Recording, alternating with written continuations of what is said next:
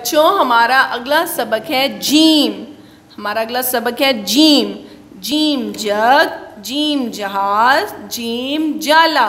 ठीक है, जीम जग, जीम जहाज, जीम जाला। जीम जग।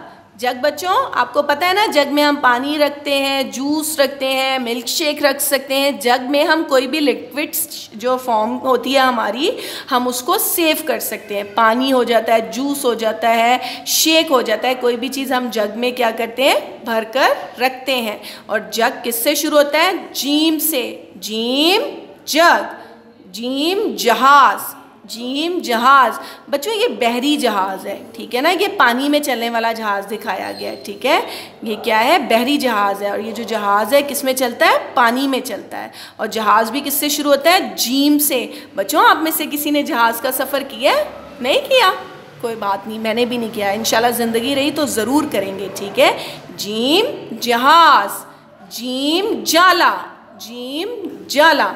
बच्चों जो जाला होता है वो किसका होता है? मकड़ी जाला बनाती है ये। ठीक है, मकड़ी बनाती है, ये मकड़ी का घर होता है बेसिकली। ठीक है ना, मकड़ी जाला बनाकर जहाँ रहती है ना, तो ये देखो, ये मकड़ी अपने आप को महफूज करने के लिए ये जाला बनाती है। ठीक है, और जाला किससे शुरू होता है? जीम से।